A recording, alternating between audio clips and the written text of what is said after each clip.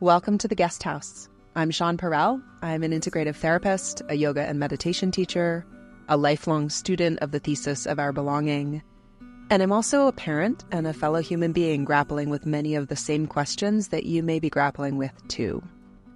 In these conversations, I'm turning to some of the folks I most admire, and together we're exploring the complexities and also the creative potential of being human in an era of radical change.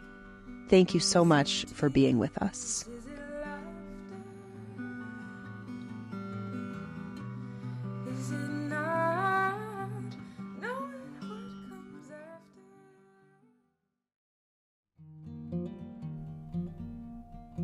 Many of us sense the benefits of mindfulness in our lives. Walking in the woods, in moments of wonder, listening quietly to a friend. But when it comes to seated meditation, we often don't know where to begin, or we struggle to stick with regular practice. Maybe you've dabbled with a meditation app and you're ready to develop your own practice.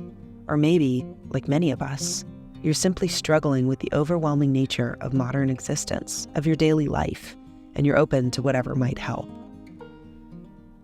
I created Foundations of Mindfulness Meditation as an audio course to help you establish and nurture the foundations of a mindfulness meditation practice.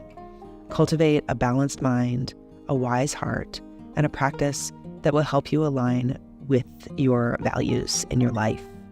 You can complete the course in 6 weeks or at your own pace. Download audio sessions to listen anywhere on your preferred device, and receive resources including engaging talks, guided meditations, and supplemental written materials to usher you through this experience and support various learning styles. Learn all about it at seanperel.com.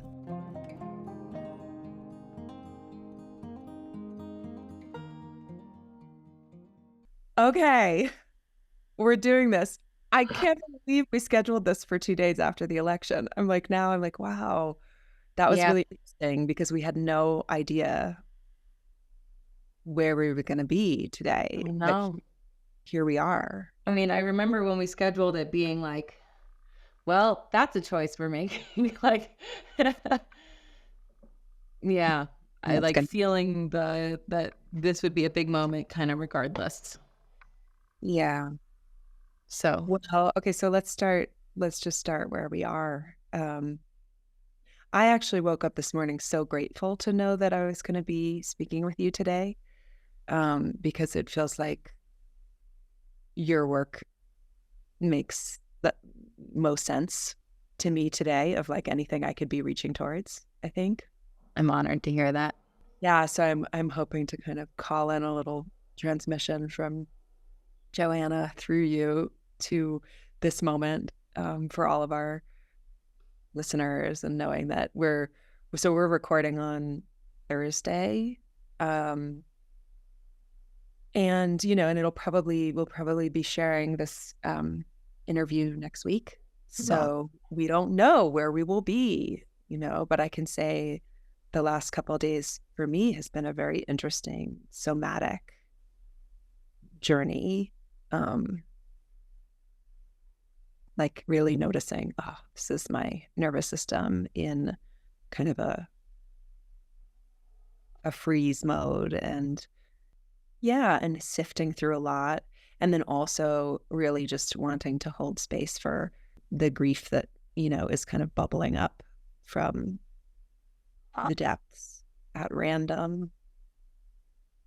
Yeah, I've been feeling like a whole soup. I was thinking about the ritual in the Work That Reconnects called the Truth Mandala. In short, it's a ritual where we sit in a circle and step in to give voice to different aspects of our pain. And those aspects are numbness, anger, fear, and sorrow. And just thinking about it, because I've been watching myself sort of churn through all of those feelings. Yeah, I'm hearing so much intention towards presence, towards holding space for yourself and for others as the as the kind of necessary core of our well-being and also our work in the world. Yeah. And I really resonate with it and I really respect it. And I just want to pause for a moment, okay, because I back up and bring our listeners in here. Great. My guest today is Jess Serrante. Jess is a coach and a facilitator and a trainer who's been supporting activists in the climate movement since 2007. She's served on staff at organizations like Greenpeace and Rainforest Action Network and work with groups like Sunrise Movement and Extinction Rebellion. Jess is also the host of the podcast from Sounds True, We Are the Great Turning, where she welcomes listeners to the kitchen table of the legendary eco-spiritual teacher, Joanna Macy, and dives into what it takes to live with our hearts and our integrity intact in this time of global crisis. And I also just want to give a little introduction to anybody who's not familiar with Joanna. Joanna Macy is she 95 now? She's 95, yeah. She's 95. And you're what, 35, something like 36. that? Mm-hmm. 36. So it's one of the coolest things about this conversation is just like how clearly you're reaching through time and generationally and yet so intimately, like so tenderly present and close. And Joanna is really one of the most sort of renowned special teachers I think we have on earth with us today. She's a scholar of Buddhism, systems thinking, and deep ecology, and she's been working for peace and justice and the preservation of life on earth for 7 decades. And she is the creator of the Work That Reconnects. And I want to hear more about the Work That Reconnects from you, Jess. But my understanding of it is really this framework of practices to help leaders and activists serve from a resourced, real, authentic place to contribute to more impactful and effective ways of creating change in the world. Thank you so much for being with me today. I'm really honored to get to have this conversation with you today. I do want to kind of locate us a little bit more inside the kitchen with you and Joanna. And I wonder if you can share about your first encounter with Joanna and Joanna's work and what has been the sort of the relationship that has grown that brought you to her kitchen table. Yeah. Well, I met Joanna in, I think it was 2014. I was working at Rainforest Action Network at the time, and I was in a moment of burnout and confusion. I had been organizing at that point for something like 8 years. I was nearing what I for a long time thought was my dream job. I had always wanted to be a campaigner, a corporate accountability campaigner at an organization like RAN or Greenpeace. Those are the people that I had admired and learned from for many years. And I was working pretty diligently on a campaign to try to transform the palm oil industry over there in Indonesia and Malaysia. Over time, it started to hit me that I didn't want my life to be about just changing these big corporations. Even though that work is incredibly important, it was just clear to me that that wasn't my piece. And I was really lost. That campaigning world had been my entire world of what it meant to have something meaningful to do in the face of the threats on our planet. And when I realized it wasn't mine anymore, it was devastating and really confusing. And it was at that time that I got a free pass from my organization to go to a conference here in Berkeley called Othering and Belonging. And Joanna was a keynote speaker. And I had known about her work since college. So I went to her speech. And then at some point that day, I was walking down the hallway and she was walking down this empty hallway, just the two of us. And I stopped her, let her walk by me actually. And then I turned around and I was like, Joanna, and just okay, I need to talk to you. It was good job, past Jess. Can you imagine, like, trying to imagine my life if I hadn't made that decision, if I had wimped out? And that led to me going to a 10-day retreat with her and learning the work that reconnects in an immersive, in-person way for the first time after having read her books. And that was the seed of a really beautiful, of what has become one of the most profound relationships in my life. And at that time, I was like helping her out in retreats or in workshops. She was very generous. She would let me like carry her books. She didn't really need my help, or like drive her to things. But from the very beginning, our relationship was one of like weaving the teachings that I was getting from her with the realities of our lives. And she is one of the things that makes her so extraordinary as a teacher, is that she's so curious. So she wanted to know everything about what it was like to be a young organizer, what it was like to be out in the field, to be a part of movements in that way. Because at that point she was already in her 80s and was a little less involved. So that was sort of the ground from which our friendship grew. And as things started to really intensify in the world, actually it was 2020 that I like called her as the pandemic was coming down, and I was like, I need you more steadily in my life. And we started having regular phone calls, and that was sort of what created the chapter of our relationship that created this podcast of us like sitting together at the table, doing what we've done for many years,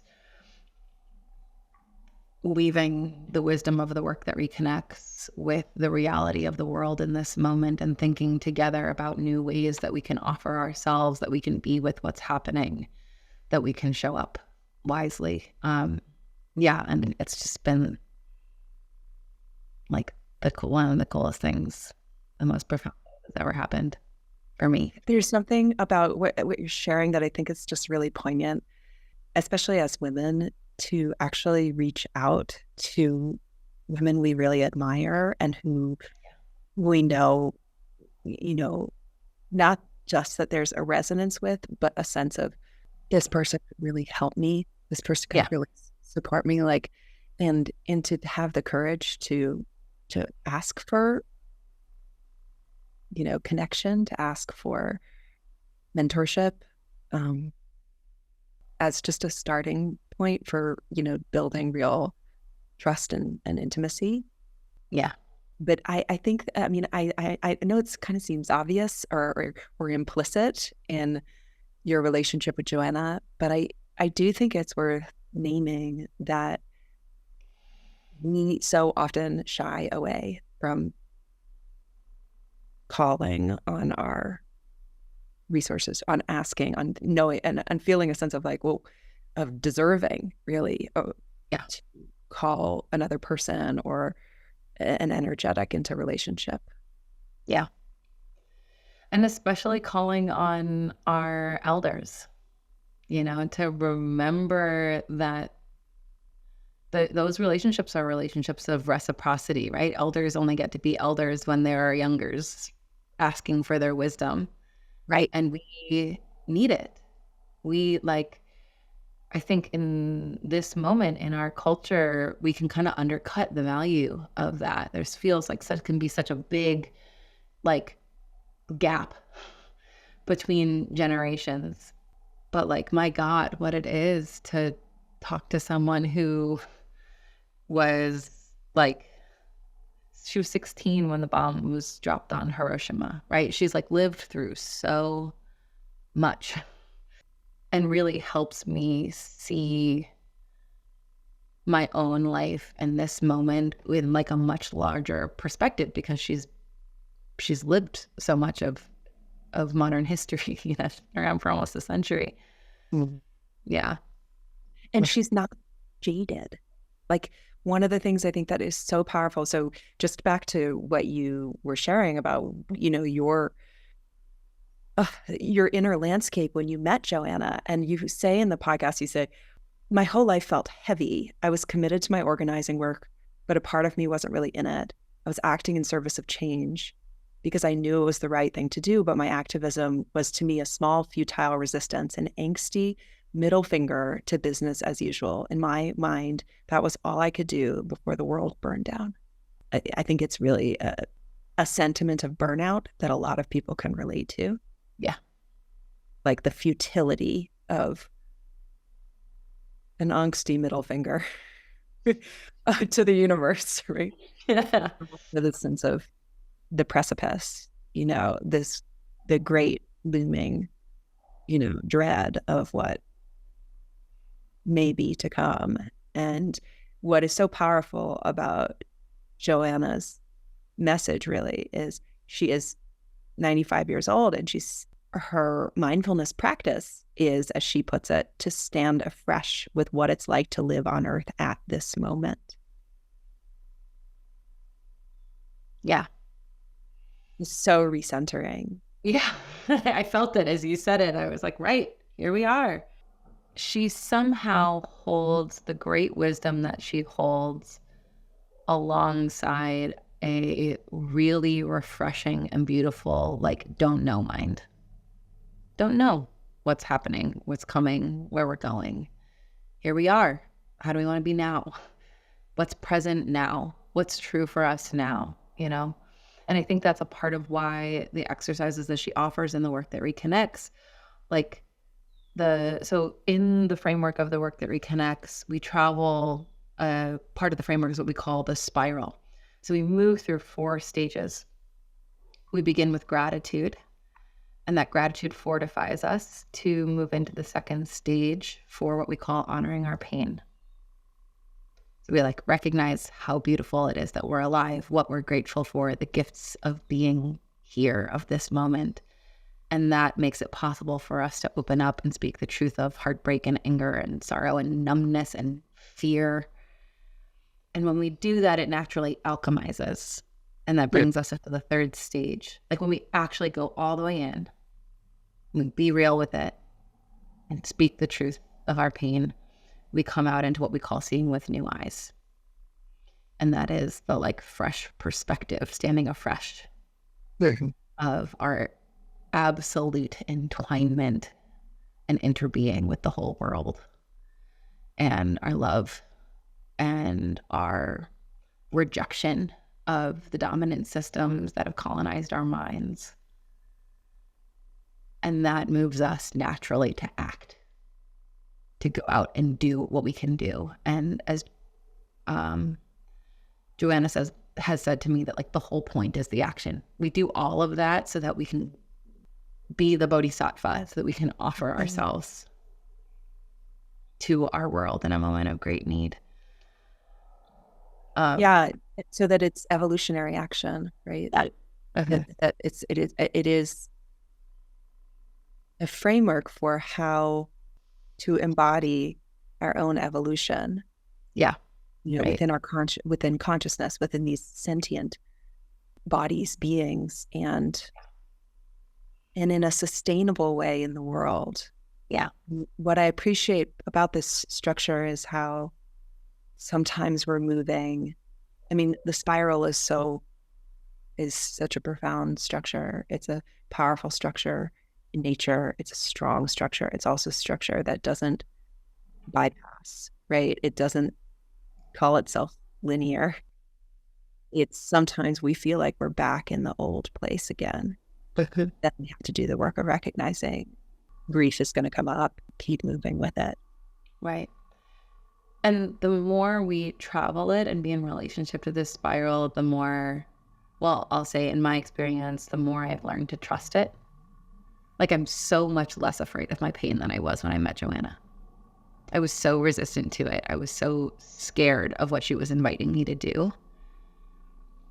But it's not scary to me anymore. In fact, it's almost enlivening, because I know that when I speak and honor my pain, it will reliably, it's never not happened. It will bring me through to some new perspective and some new way of being responsive.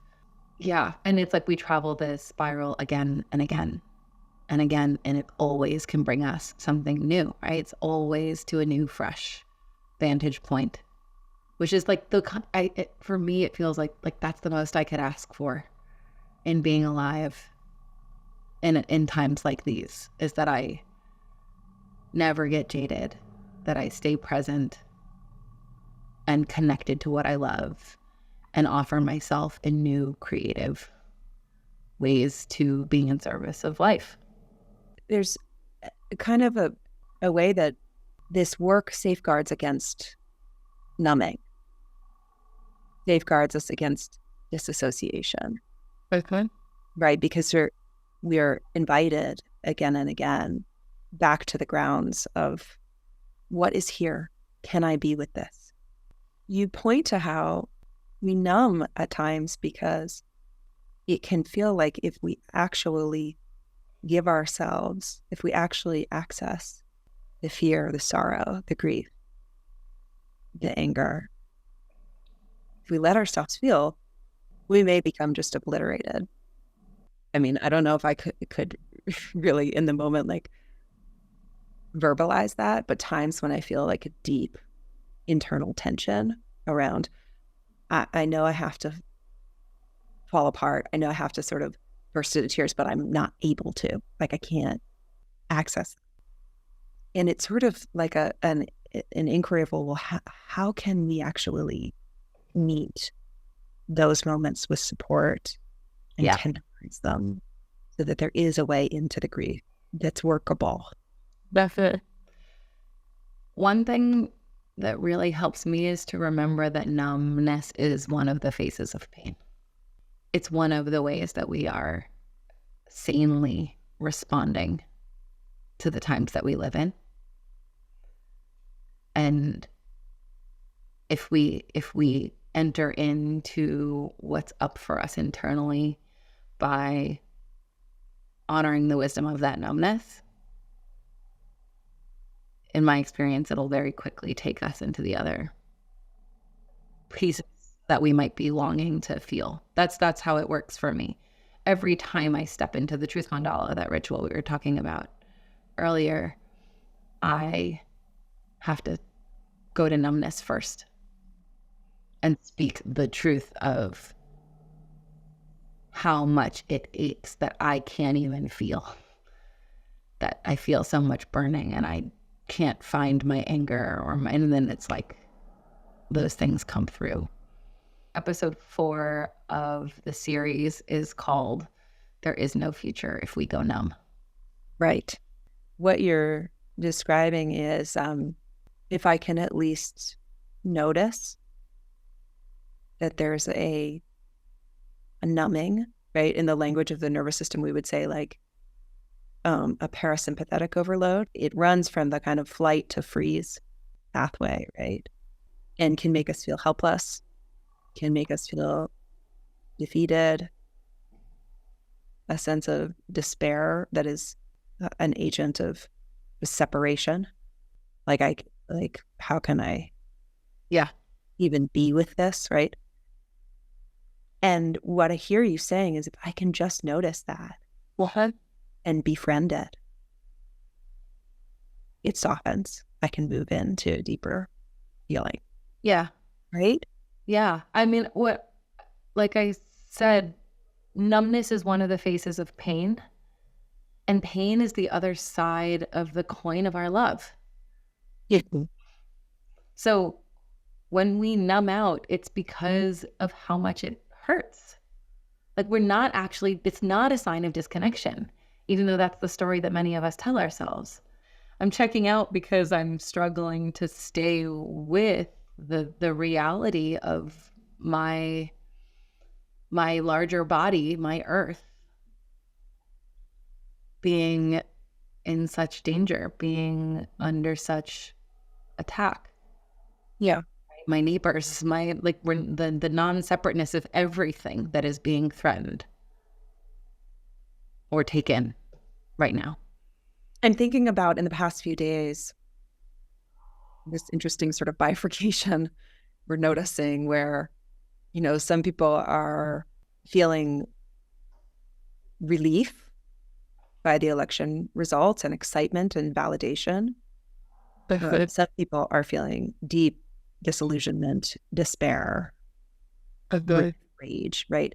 And then there's also this and that's the spectrum. And somewhere, also in the middle is a lot of people really not knowing like what their response is, or just kind of be like, yeah, I'm just not going to pay attention to politics and, that kind of thing. And of course, we know like, we don't pay attention to politics until politics starts to pay attention to us. And then it's like, okay, now what? I do think that there are threshold moments in our awakening to the reality of our situation here on Earth at this moment in time. And Joanna talks about it. She describes a moment in 1977 when she says, I suddenly and clearly understood that something was very wrong in humanity's relationship to Earth, and it brought a tremendous internal avalanche of grief. It was so arresting to me. It was so huge, the realization that I couldn't speak, right? And I do think that a lot of people can relate to those threshold moments. I remember my friend Mark Jensen, who's also connected to Joanna's work, saying he was driving to the farmer's market and he had to stop his truck, and he just fell apart watching all these families going, and the food and it was just something about the preciousness, the joy of an easy Saturday morning juxtaposed with the reality of what was in his body in terms of grief through his study of climate, the climate crisis. And for me, I think it was more this porous time after my kids were born. It's like very sort of porous fourth trimester time when all of a sudden, it's like this incredible preciousness is here. And oh my God, what are we doing? Yeah. And what can I do about it? And I do think that many people can relate to those moments, and we can't always share them in ways that feel safe and where we feel seen. Yeah. Yeah. And that we find a way to do that matters so much for our ability to build the culture that we need. Can we talk a little bit about just the paradigm shift? What is the great turning? The best way for me to answer that is probably to start with what is the great unraveling and what is business as usual. Yeah. So there are 3 stories that we can tell about what is happening on Earth in this moment. The first is business as usual. So this is the global corporate capitalism paradigm that we all know, right? This is a way of looking at the world that is growth oriented, that believes that every time there is like a shock, a pandemic, a genocide, whatever, that it's just a temporary like blip, and we'll move our way back toward growth and prosperity. Okay, so that's the response. The business as usual is like, like politics is politics. I'm everything still make my reservations for dinner, and it doesn't touch me. This isn't real turmoil. Mm-hmm. Yeah, I'm going to carry on as usual.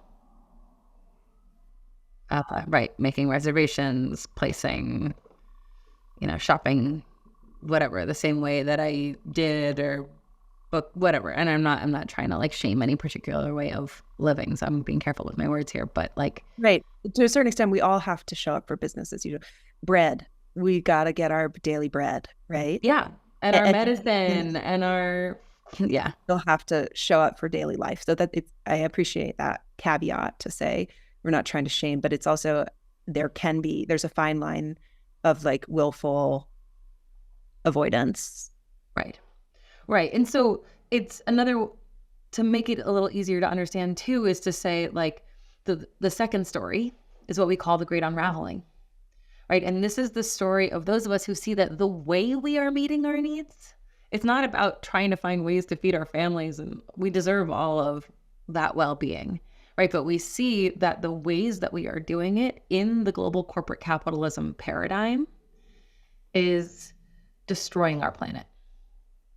It is creating bigger than ever economic divides and siloed politics and climate change and genocide and war. It's like that the result of the ways that we're doing that is creating a massive unraveling in the fabric of our world, socially, planetary, ecologically, right? That's the threshold moment where That, we wake up to the unraveling. yeah, right. This like your friend in the car, or Joanna at that conference in 77, the like, oh my God, what have we done? Mm-hmm. Right. And for many of us, and this was me for many years, we were talking before about the jadedness that I carried until I met Joanna, right? That like, if that's the truth, then all I have is an angsty middle finger, right? I'm just going to, integrity means throwing myself against this or resisting this as best as I can until I die, or whatever, until the system takes me down or whatever, right? Like and the thing is that both of these stories are true, right? Business as usual exists.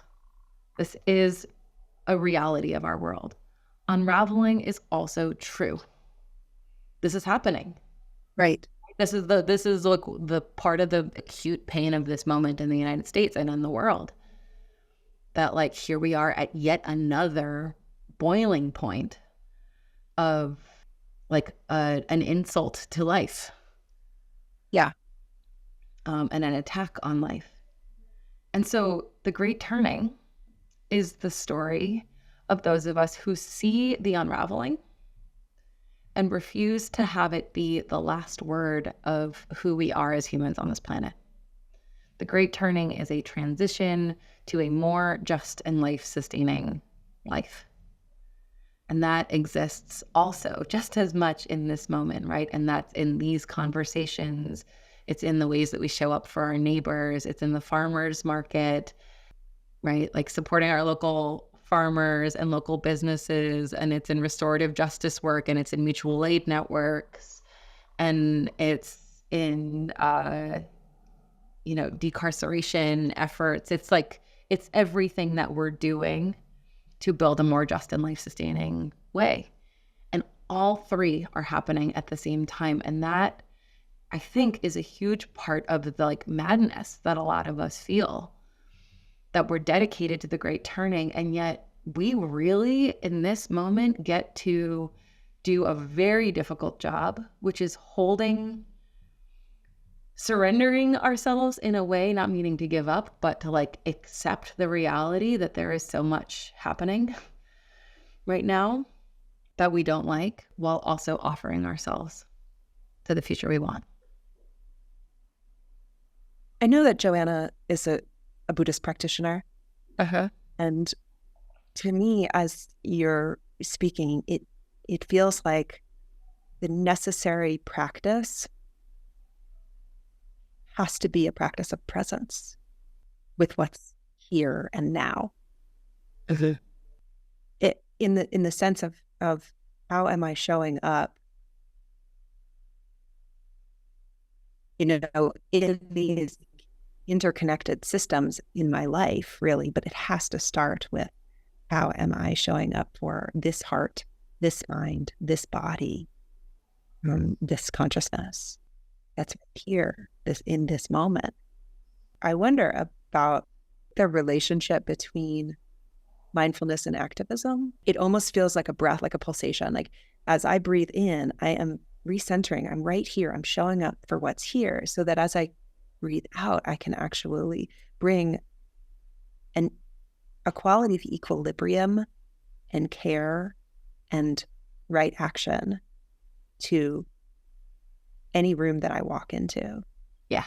And I love how she points straight towards joy and wonder as like, how do we nourish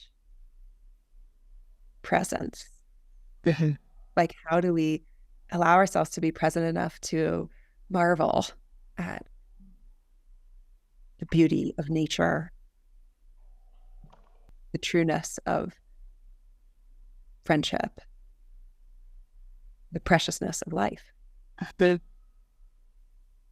We can't do what we need to do without that. I can't. Like, what else will keep us going? Yeah. What else will sustain us? Yeah. And it's so, the Buddhist teachings, it's like 10,000 joys, 10,000 sorrows. Like we are weaving, these are, like, as you said, two sides of the same coin, right? Love and grief. And one of the most powerful moments in the series with Joanna is you talking about her, imminent transition out of this life and into the mystery beyond. And it's so tender, and it's so kind of hard, and it's also like the conversation's so brimming with wonder and courage. What is it like to be in this space of holding love and grief and showing up for the conversation? It's been so healing for me to be with her, like in it, like I don't know, I didn't grow up in a family that had a lot of where we talked about death and the reality of that. Right. In fact, the last conversation that I had with my grandmother before she died from vulvar cancer about 8 years ago. And I sat at her feet the last time I saw her, and I said, "Grandma, you're dying. What is that like?" Mm. And she looked at me and she said, "Honey, some things are better off not to talk about." Yeah. And it was heartbreaking. Yeah. And I'm at peace with that, because I get that was what she had. She wasn't able to show up for the conversation. No, she wasn't at peace with her own death. She hadn't been given that by her elders to have spent 10 years with cancer approaching and of her mortality, and to get to that point and not be able to bear having that. I don't know what conversations she had with others, but she couldn't have it with me. And I sometimes wonder, maybe it was particularly painful with her eldest granddaughter asking that kind of vulnerable question. But it's been such a healing experience for me to have the reality of Joanna's death be just coming death be just as relevant as like the tea we're drinking and the tree outside the window and the thing on the front page of the newspaper, and Joanna's gonna die and I'm gonna die, and it's, and what did you have for breakfast this morning, honey? It's like, and that is not to be like flippant at all. Yeah. But it's just like, yeah, this is a piece of what it is to be alive in this moment, is to realize that inevitably time is running short for her. And it's hard for me to find the words to express what it is to like be with her so consistently, especially over these last 2 years as we've been working on this project, knowing that every time we're together, it just like pulls me right into the preciousness of the moment. What an incredible transmission. Excellent. Because I think that death is a force that we are so culturally illiterate at being with. We don't know how to befriend death because nobody around us has befriended death and is able to speak, open-heartedly, is able to, access the wonder. If we don't have that, then how can we show up, for it? I think there is a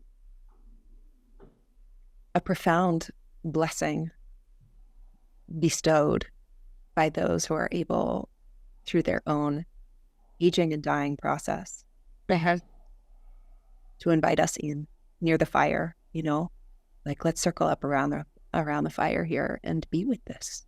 Invite this in the Buddhist teachings. Invite this to tea. Yeah. Right. And not, and like to get to approach it with curiosity. Yeah. Like the little kid in me gets so much from like, oh, what's that like? Yeah. What's going on there? What does happen? We've had these amazing, you can hear some of it in the podcast where Joanna is like, I don't know what's going to happen. Maybe one of my favorite lines, she's like, maybe I'll become compost. Maybe I'll be compost with an interesting personality. Right. Like she's just like dirt, but sweet, but dirt. Yeah. Yeah. Like befriending, It's really the friendship. Like, that's what's so powerful, is bringing friendship into these places that scare us. Yeah. That is something I'm very proud of with the podcast. Is one of the first instincts that the two of us had about what we were going to make was that it would be kitchen table conversations. That it would have the intimacy of our friendship. And for me, that's really become like a guiding force as I'm trying to figure out now what I'm going to offer next through my coaching, or whether it'll be more podcasting, or I'm not quite sure, but the kitchen table is one thing I'm clear of, or certain of, is that like there's just no room in my life, at least, for professional pretense. Yeah. And like I want so many more of us, especially in these moments where the threats we face are intensifying, to like fucking shake off the ways that we feel like we're supposed to show up, and just like allow ourselves to cry together, and to not know, and to be in the weird, messy things that come out of our mouths as we try to find our way to new ways of inquiring into what's up in our world right now. Like, it's one of my prayers for the project that it would invite people to have more of that kind of conversation, because it's not that we're not talking about climate change, or we're not talking about unraveling, but like we're afraid to go as deep as it goes for us a lot of the time. Well, I'll say, as a listener, I mean, I reached out to you after listening to the podcast because I felt an alchemical journey through listening. Like, I felt a feeling, like a sense of like, I feel a humanness, a human resonance in this that is really, I mean, at the heart of also what I really aimed to hold space for in my own work as well. That's like, what is this being human? What is it? Whatever it is, it's not trying to be anything else, anything but, it's about, more and more deeply, you said decolonizing earlier, like reclaiming the essence at the heart of what and who we are before this great mystery of which we two are a part. And all we know is that we're in it together. Yeah. For better or worse, here we are. And these relationships are really I think the core incubator for our well-being. Yep. Yeah, it's in the title of the podcast. We are the great turning. We are the great turning. It is us. It is us being aware. I wonder if we can move in our closing here toward an inquiry around the evolution of hope. Like, what do we get wrong about hope in your own experience and in Joanna's teachings? What can we move toward? I guess I'm asking this also from this place of hope must be the antidote to despair.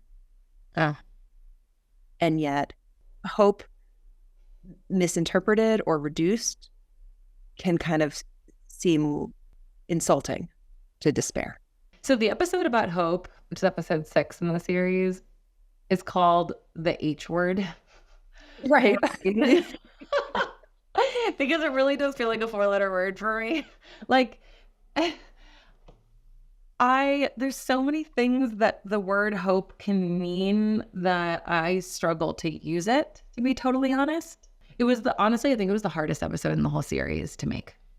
I wrote 3 entirely different drafts. Wow. Before we got there, because it was so much work for me to really get into what the heck is this? And also why, when we were doing our interview series, our series of conversations, did I ask Joanna about hope, and somehow we didn't really seem to have conversations about it. And I needed to figure out what was going on.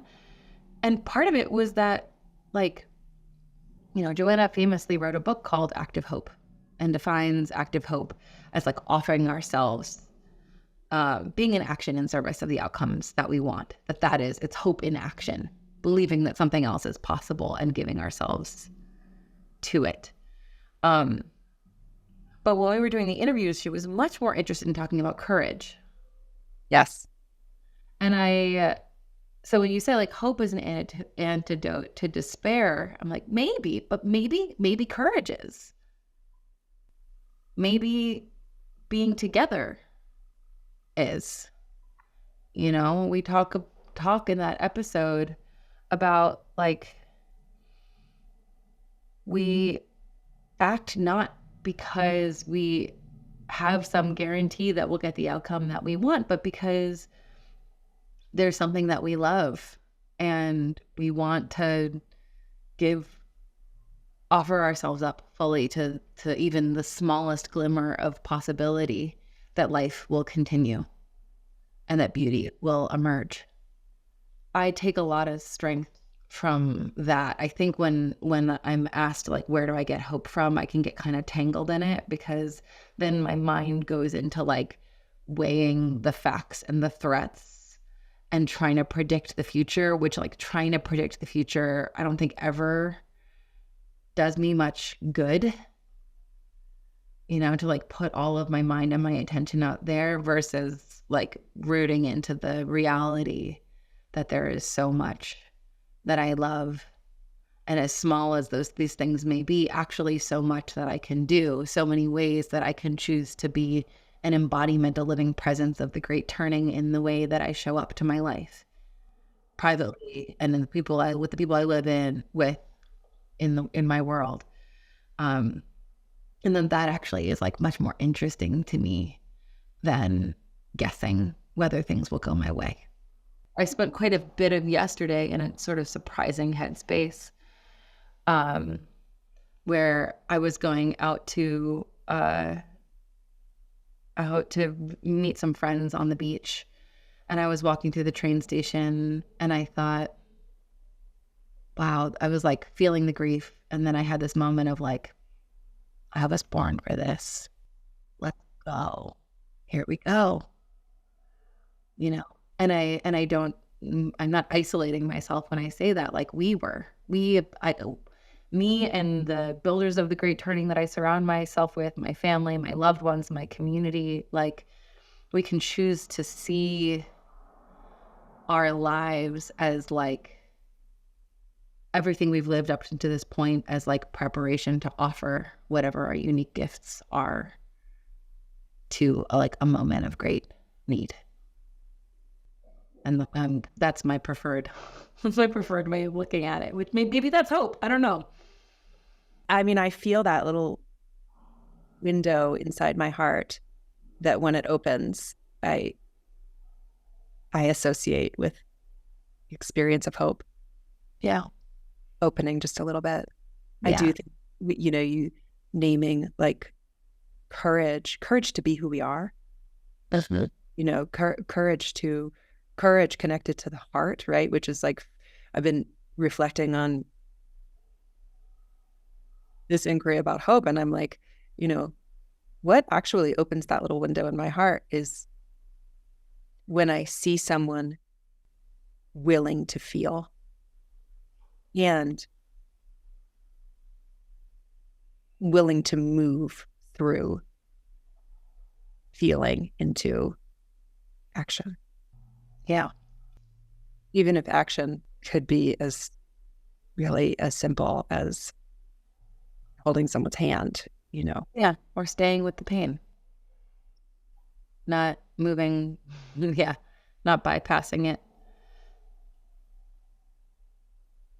There's one of the conversations that I had with Joanna in the episode about hope. We talked about hope being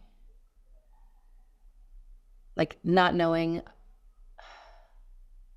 enough to say that we're like doomed or that it's going to work out. Like we just being in the like so many things are possible. And this has been one of my big prayers and intentions recently is to like expand my sense of the possible, being like really pushing the edge of my own denial, the ways that I push away the danger. Yeah. Like the thoughts of civilizational collapse, of full climate unraveling, like where I go to like the apocalyptic movies and books that I've consumed, like no longer pushing that away, but like letting that exist in the field of possibility for me. And then as I expand there, also expanding the sense of like what I am a part of and what I could be planting the seeds for. I don't think that I know that I won't get to see the like fruits of the seeds that I'm planting with my existence. And that doesn't mean that I won't see beautiful things. But to like hold a sense that like, I don't know how, but we can come through whatever comes through this Trump administration and the threats that have already existed even before this with global war and economic inequality and climate injustice. That like this could be a real potent opening for us to find our way to what I ultimately believe we all long for, a world of belonging and safety and well-being, So hope for me can be found in like allowing all of that to be and having the strength to not turn away from any of it, to dare to believe it, to be willing to see it, What a balm, what a medicine to speak with you today. Yeah. Thank you. And thank you for the gift of this podcast. And I just want to say to people who are listening that there's also like some really valuable exercises and sort of accompaniments to the podcast that like, if you are in a place where this conversation today, rang a bell for you, that there was like, I'm needing to do this work, or I'm feeling numb. And yet behind that is like a lot of, anxious patterning or dysregulated nervous system or, grief that I don't know where to put. Go check it out. It's a doorway. Yeah. There are 8 bonus episodes with exercises that you can do with loved ones or on your own to begin to take some of the wisdom of the work that reconnects into your lives. There's also a toolkit that has prompts and practices and bonuses and writing prompts and books you can read and music you can listen. There's just like, we built it out because we wanted this to be like, we wanted people to be able to go as deep into and integrate this into their lives as deeply as they long to. So there's a lot there. It's at wearetheGreatTurning.com. Thank you, Jess. Thanks for doing the work that you're doing in the world and for being with us. I'm really grateful to have had this conversation. Thank you. Thanks for the work you're doing. And blessings to you and to all of us in the time to come. Yeah, we're going to meet each other. Yeah, more than ever. Hey friends, thank you so much for listening today. If you find value in these conversations, here's how you can support. Become a subscriber at seanparel.substack.com, and please rate, review, and share your favorite episode with a friend. I leave you with an original song written by Serena Joy Bixby for all of us still learning what it means to be human. Is it love? Is it hate? Grief or heartache, or what does it mean to be human?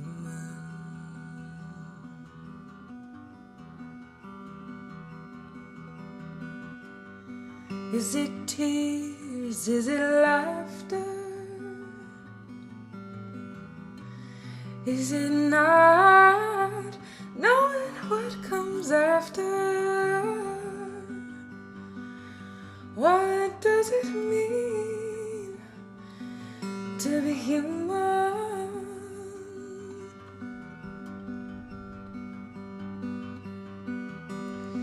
Well, I'm sure I don't know. This life, where it goes, the days come, the days go, and I'm still human.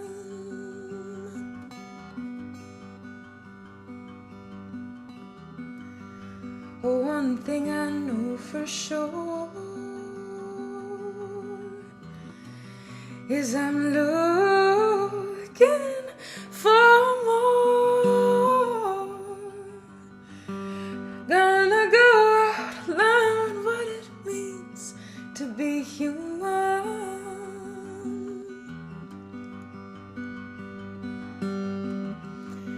I find the joy in the mess.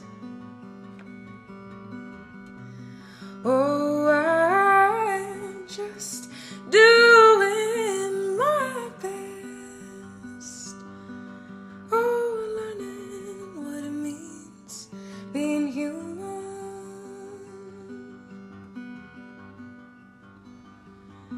Oh, learning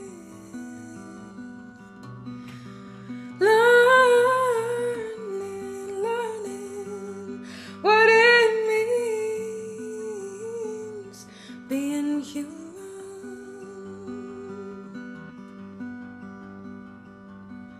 I'm learning. Oh, learning